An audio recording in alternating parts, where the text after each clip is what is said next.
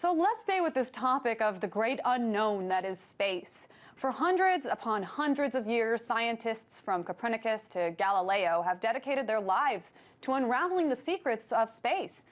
Fear, fascination, all of it has left people around the world vexed. Just a couple of hours ago, a massive asteroid called 2012 DA14 passed the Earth so close that it was within viewing distance.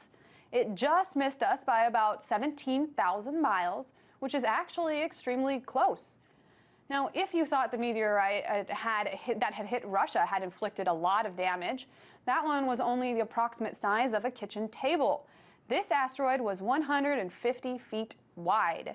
Now, I don't know about you, but when I hear the terms asteroid and meteor and things like that, I always think of Hollywood flicks like Armageddon and Deep Impact. But what would it really be like if an asteroid or a meteor hit the Earth? Joining me now to discuss is Jeff Chester. He's from the U.S. Navy Observatory. Hey there, Jeff. Hello. Thank you for joining me. So let's talk about all this media hype that was surrounding by this asteroid that just passed by. How close was it really to Earth? Well, it didn't hit us. That's the good news. It passed within about 17,000 miles of the surface of the Earth. That's actually inside the belt of geostationary communication satellites, which relay your programs around the world. So in terms of how close it was pretty close. Now, the point is, though, that it did miss us. The big thing about this particular asteroid is that it is the largest one of its size caliber to come this close since we've been observing the heavens. Now, we have only been able to observe objects of this size and predict their paths within perhaps the last 20 years. So we have an inventory of several thousand of these objects whose orbital paths we know when they're going to come close to us and so on and so forth, but we don't know where they all are. So this in some ways is kind of a wake-up call to us, because there are other objects out there which will come close, which will probably come closer, and as was very aptly demonstrated this morning over Russia, can actually hit us.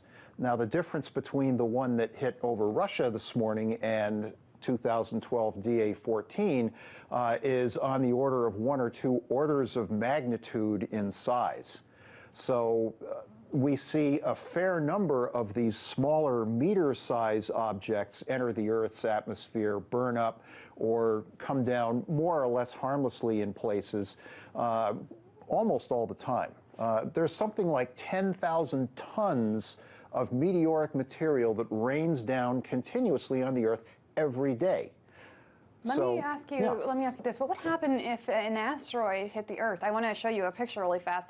This is a picture of the crater in Arizona, commonly known as the Barringer crater. It was created about 50,000 years ago. It's massive, obviously. I mean, if something like this were to hit us today, what type of damage would it cause? Well, let's consider the fact that if it were to land in the middle of a major metropolitan area, so for instance, if 2012 DA14 were to land on the National Mall, we would not be here to talk about it. It would be roughly the equivalent destruction of a 2 or 3 megaton nuclear warhead. So we're talking about basically blast damage that would probably wipe out most of the structures in the District of Columbia and the surrounding suburbs. So just the tri-state area, or beyond that? What are we talking about? It would be within the Beltway. Okay. There are probably some people that would argue that might be a good thing, but not as far as I'm concerned. In terms of, planet-wide destruction, that's still a relatively small event.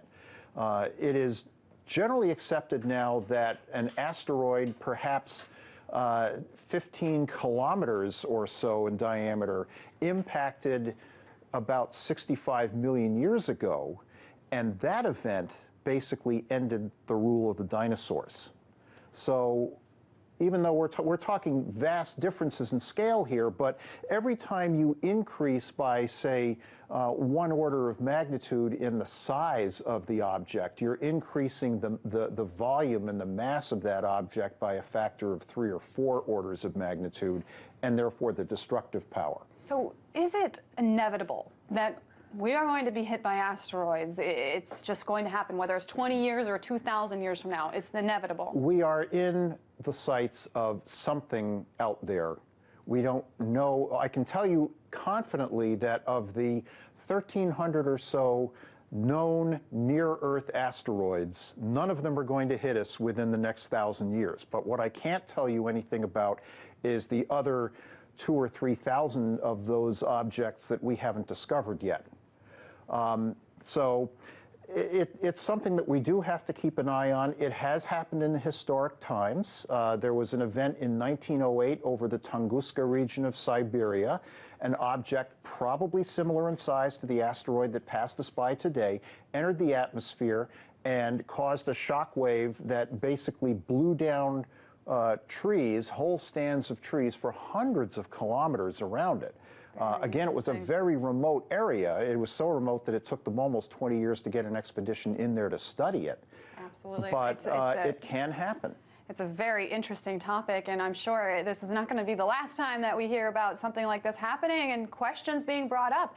Jeff Chaster, he's from the U.S. Naval Observatory. Thank you so much for your time, sir. You're welcome.